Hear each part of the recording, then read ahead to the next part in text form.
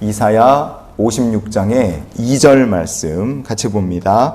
안식일을 지켜 더럽히지 아니하며 그의 손을 금하여 모든 악을 행하지 아니하여야 하나니 이와 같이 하는 사람, 이와 같이 굳게 잡는 사람은 복이 있느니라. 아멘. 하나님과 연합된 자다. 우리가 그 연합된 자라는 그 기준을 가지고 오늘 본문 말씀을 볼 때 과연 하나님과 연합된 길이 가장 중요한 길이 무엇이냐 하는 것을 우리가 말씀을 통해 볼 수 있습니다. 오늘 본문으로 읽은 이사야 56장의 2절은 이렇게 얘기하죠. 안식일을 지켜 더럽히지 아니하며 그랬어요. 이거는 그냥 대충 안식일을 지키는 게 아니라 정말로 하나님의 말씀 중심으로, 하나님 중심으로 안식일을 철저하게 지키며 넘어가는 겁니다.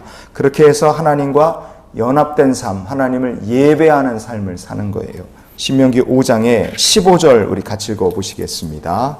너는 기억하라. 내가 애굽 땅에서 종이 되었더니 내 하나님 여호와가 강한 손과 편팔로 거기서 너를 인도하여 내었나니 그러므로 내 하나님 여호와가 내게 명령하여 안식일을 지키라 하느니라. 아멘. 하나님께서 명령하신 안식일을 지킨다. 이것이야말로 우리가 하나님의 백성으로 살아가는 제일 확실한 증거인 줄 믿습니다. 이게 특징인 거예요. 하나님의 백성이다. 일주일 동안 열심히 살아서 13절에 보면 엿새 동안은 힘써 내 모든 일을 행할 것이나 이렇게 얘기하셨어요. 엿새 동안에 세상에서 열심히 일해서 돈도 많이 벌고 성공하고 부자가 됐다고 칩시다. 돈 많이 벌고 부자가 되고 부강한 나라 백성이 되면 그게 하나님의 백성이 되었다는 증거인가? 아닙니다. 하나님의 명령하신 안식일을 지키는 게 이게 하나님의 백성 됐다는 가장 확실하고 중요한 특징입니다. 그리고 오늘 본문 말씀을 보면 모든 악을 행하지 아니하여야 한다 이렇게 말씀도 하고 있어요. 이 말씀의 뜻하는 바가 무엇이냐? 하나님의 백성이 되었다는 것은 선과 악의 기준마저도 안식일을 지키는 것과 연결이 되어 있다는 뜻입니다. 그래서 안식일을 지키는 것, 그거 자체가 선이고 내가 잘 되는 길이고 사람이 악을 피하는 길이라는 뜻입니다. 그래서 안식일을 지키는 것이 이스라엘 백성이 참된 행복을 얻는 길이라 우리가 이렇게 볼 수 있는 거예요. 안식일을 지키는 거 하나님의 명령이다 이렇게까지 생각이 되고 그래서 어떤 상황 조건이 있어서도 안식일을 지킨다 여기까지 간다면 이 사람은 그냥 명령이기 때문에 지키는 것이 아니라 삶의 기준과 삶의 목적이 바뀐 사람입니다. 여러분 이런 사람이 바로 하나님께 연합된 백성인 줄 믿습니다. 삶의 기준과 목적이 바뀐 거예요. 세상 사람하고 다른 겁니다. 우리가 그러한 주의 백성이 될 수 있기를 원합니다.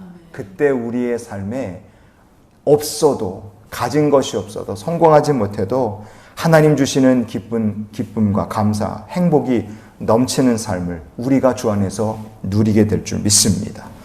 1953년도에 대한민국의 1인당 GDP 국민소득은 67달러에 불과했어요. 세계 꼴찌였습니다. 전쟁 끝나고 폐허에 아무것도 남는 게 없었어요. 아프리카에 있는 나라들보다도 더 가난했습니다. 그런 나라가 1970년에 1100달러, 1000달러를 처음으로 넘었어요. 1983년도 13년 만에 10,000달러를 넘깁니다. 그리고 1995년도에 2만 달러를 GNP를 2만 달러를 넘기게 됩니다. 그리고 2026년도 현재 대한민국은 사상 최초로 GNP 4만 달러를 두드리고 있어요. 좀 대단한 나라죠.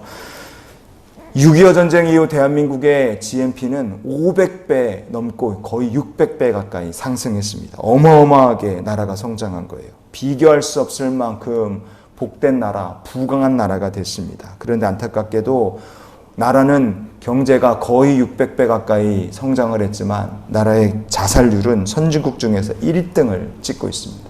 부동의 1등이에요. 우리나라에서 따로 연구된 자료가 없기 때문에 제가 정확한 수치는 모르겠습니다. 그러나 미국과 호주의 연구팀의 자료에 따르면 세계 정신질환자 수가 12억 명이라 그래요. 이것은 1990년대 이후로 2배 상승한 수치라고 합니다. 1990년대 이후로 정신질환 환자 숫자가 12억 명으로 이게 2배나 상승했다.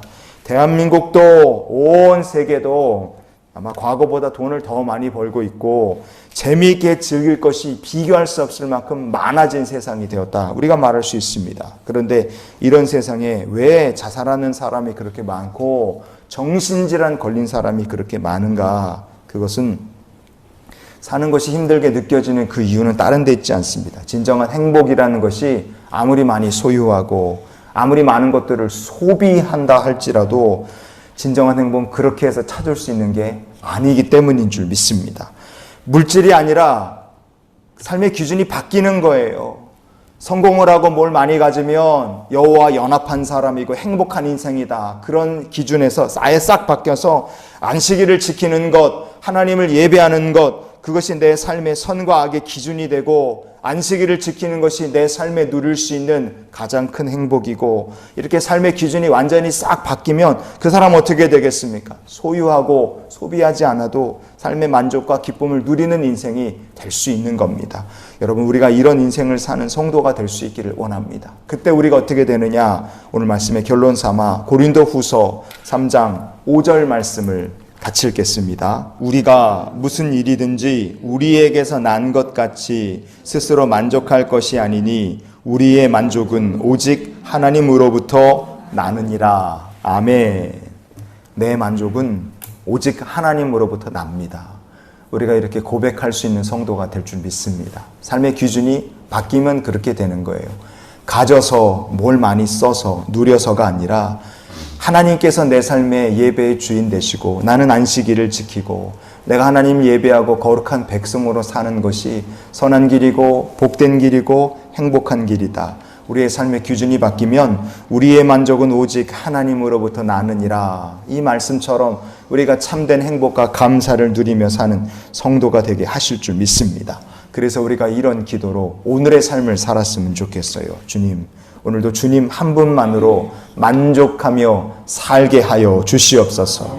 하나님께서 나와 함께 하시고 나는 주의 백성이다. 여러분, 이것이 우리의 삶의 기준이 되고 삶의 목표가 될 때 우리의 만족과 행복마저도 달라지게 될 줄 믿습니다. 삶의 기준이 바뀐 사람, 그렇게 하나님과 연합된 인생을 사는 우리들의 삶이 하나님께서 생명의 뿌리가 되셔서 믿음만 남은 그루터기만 남고 뿌리마저도 썩은 것 같아도 다시 살아나는 기적을 체험하는 인생이 되게 하실 줄 믿습니다. 오늘 삶의 기준이 감사의 기준과 원천이 하나님이 되시는 귀한 주의 백성들이 되실 수 있기를 예수님의 이름으로 축원을 드립니다.